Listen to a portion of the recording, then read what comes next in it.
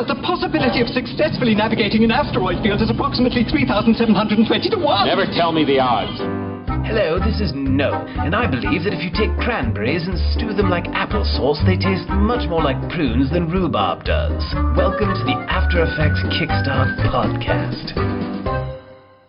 So I just want to start out by saying that learning After Effects today is really, really different than when I learned it in 1996. Okay, and I'm sure that's really obvious to you, but let me just spell this out. So nowadays, there are classes like this one, lots of classes. There are actual degree programs at brick and mortar schools.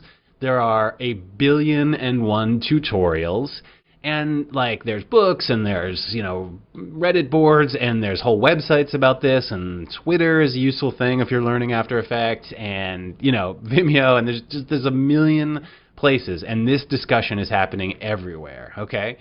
In 1996, crickets. I mean, the comparison in my mind is okay, back then I had dial-up internet, and now we have high-speed fiber optics. I mean, that kind of sums it up, right? I mean, it's just a huge difference. And let's actually go back for a second to 1996, and so you can kind of appreciate this difference a little bit more. Like I said, I had dial-up internet, and at that time, if you told people you were in the field of motion graphics or motion design, nobody had any idea what you were talking about. Literally, people would look at you with a blank look and say, you do what? You put words on screen in the commercial? People just had no idea that was even a job, okay? So this is 1996, right? Adobe came out with their first version of After Effects in 1995. So this is 1 year after that, and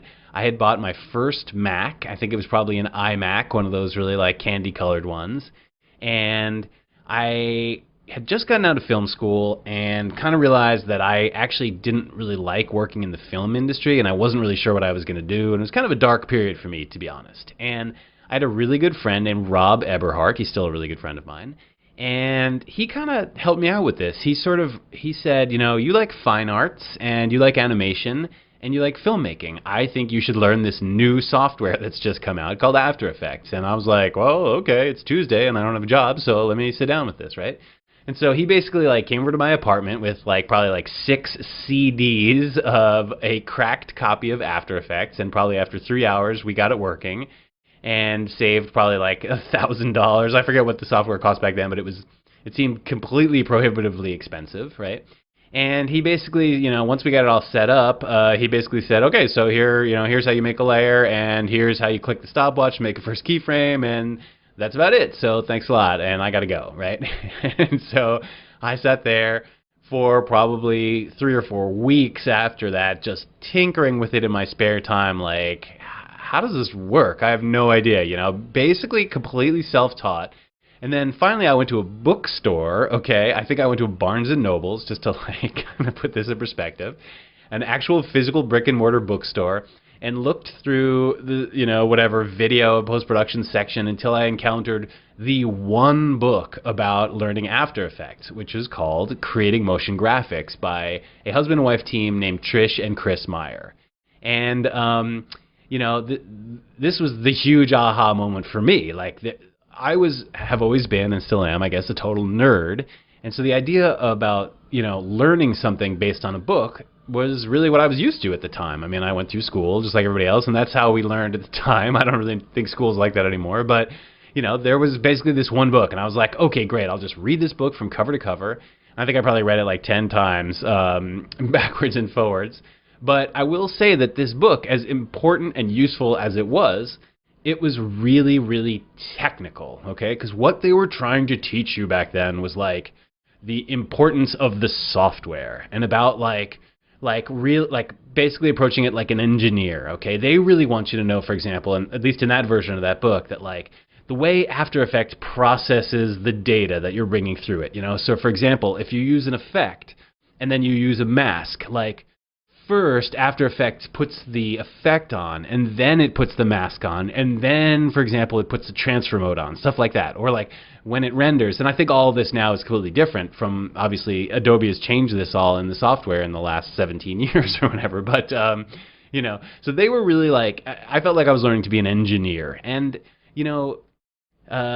for me, I've always been like a kind of like an artsy guy, right? And so this, for me, was actually a little bit of an impediment in learning this software. And this is one of the ways in which I think you're really lucky, and we'll sort of get into that in a second. But so for me, I'm completely self-taught. And, I have this book, but other than that, I basically just like, tried to figure things out on my own. And I think what that meant was that for a long time, my work lacked focus, at least while I was learning the software. My work lacked focus, and I was just sort of making things for the sake of it. I was like, oh, I want to try this thing out. And that's great, I think, while you're learning things and while you're learning the software or whatever. But the outcome of being self-taught and learning through this book and from my friend meant that, kind of like, I learned mostly by messing things up, and sometimes that made me feel like a real idiot, okay? I took on this really ambitious project at the start for myself, and I just like totally made it way too small and spent a lot of time on it, and then realized it was way too small and tried to scale it up, and it didn't scale up well, and I basically just like completely lost weeks of my time, right? So I learned things mostly by messing it up, and that really made me feel like an idiot, okay? So the other thing is that I learned the software really slowly and with some kind of important gaps in my knowledge that wasn't taught from this one book, right? Okay, so, I think, we'll definitely improve on both of those things in this class. But okay, so what else? Also, it meant that I learned things that were unimportant to me, and in my arc of learning to be a motion designer, it meant that I learned additional unimportant things, possibly even things that were confusing to me because they were too technical right away for me, right? Okay, so I feel this is, I think Creating Motion Graphics by Trish and Chris Meyer is an amazing book, and I'm completely happy that that's the way I learned it. But I do have these, thoughts about that kind of learning, which is that, you can feel like an idiot, you can go really slowly, and you can learn a lot of unimportant things for yourself, right? Then I started, actually getting some jobs, and I started working in the industry, and I think, things got a little bit better in terms of my education at that point. And, I've tried to think about this a bunch, why did things get easier then? And I think the key thing to it that I've realized is that I was using project-based learning and not just technical knowledge kind of for the sake of it, right? I wasn't just like, I want to learn 3D in After Effects, so let me just, learn that and read about that chapter in the book and then blah, blah, blah. So in other words, when I started working in the industry, I was given projects and I had to figure things out based on those projects, right? And that's what projects do for you, Suddenly, it's not just about something general, it's much, much more specific. And you're being asked to kind of do things that you don't know how to do, right? So that's one thing. Project-based learning, I think, is really important. And also, the other thing about being in the industry is that you're forced to finish things and turn something in. Even if you don't think it's 100% ready and the deadline is today, you have to turn something in that day, obviously. And I think that's a really, really good practice. Moving quickly, for example, and the need to move quickly, that's when I learned all the keyboard shortcuts in After Effects, for example. And that just saved me a lot of time. But it also meant that lots of people were looking at my work, and specifically people that I kind of wanted to impress, either other designers or, creative directors or just whatever, people that could hire me, right? I wanted to impress them. I wanted them to think that I was doing a good job. And so, that raises the bar kind of right away, right? Sort of learning as projects and sort of having to show it to people and having to share your work with people, those are huge, I realized, okay? And those two things, I really think, are way more important than quote-unquote learning the software, because it's not really about the software, all right? And I want you to think about this for a sec, all right? It's sort of like when you're learning a language, it's not necessarily really all about learning okay, here's the past tense and here's the present tense, and I mean it is, but it's more about learning to use that thing, that language or that software enough, just using it enough until you're really comfortable doing it, right? And not necessarily about trying to master something 100% before you start trying to use it, right? In terms of languages or in terms of After Effects, I think that would be a mistaken way to try to go, okay? So in designing this class, I've tried to take all these things into account. And, I've been teaching After Effects for a really long time. And just as a side note, I want to say that, I don't think I was a good teacher when I first started out either, and that's been a whole huge learning curve too. And not that this is a class about learning how to become a teacher, but let me just say that teaching, I think, is the hardest thing that I've ever done. Way harder than learning After Effects, way harder than design even. And design, I previously thought was the hardest thing I'd ever done, okay? Because design for me, is just one of those lifetime to master kind of things. But I think teaching is too. Teaching is very, very, very specific. And it's a really funny thing. Let me tell you about what I've learned, about teaching students in my time. Is that, like I said just before, is that project-based learning and specific outcomes beat generalized knowledge every time. Okay? And so that's the way we're definitely going to approach this class is, I am going to give you general knowledge, but it's almost always because I'm working on something and then I'm going to assign you something where you have to use that knowledge right away. Okay? I just don't think it makes sense to give you a whole big lecture about something and then not ask you to do those things. I think applied knowledge is way, way, way better way to learn than general knowledge. Okay? So the second thing I want to mention is that messing things up is an important part of learning, and you should not feel bad about this like I did when I was learning. It's actually the way to learn something. So if you're messing something up, that means you're learning something the right way in some sense. You know what I mean? Messing things up, I don't even like that term, but doing something by mistake, you could accidentally, it could be a happy accident, or you could just learn, all right, I'm never going to do that thing again, all right? So don't be afraid to make mistakes in this class, all right? And like I said before, I really believe that learning the software in and of itself is not the specific goal here. Instead, I really want you to think about just being comfortable expressing yourself with the software, okay? Now, I know that you need to learn the software in order to do that, but I'm just trying to focus you. It's not about the software. It's really not. It's about animation and design and about your eye.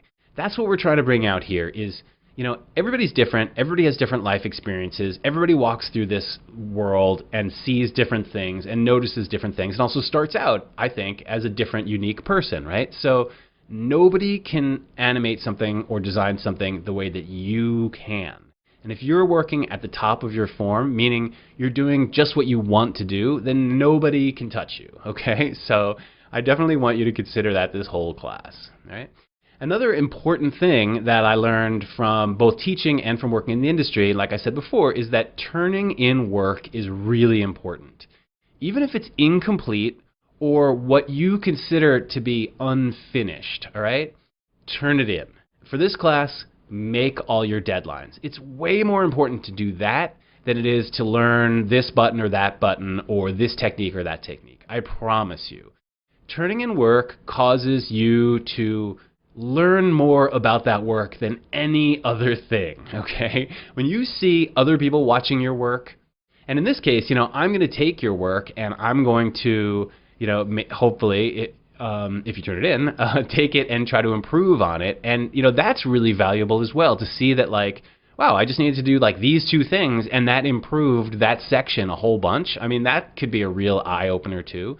So just turning in work, putting it out there, it's not just important, it's essential, all right?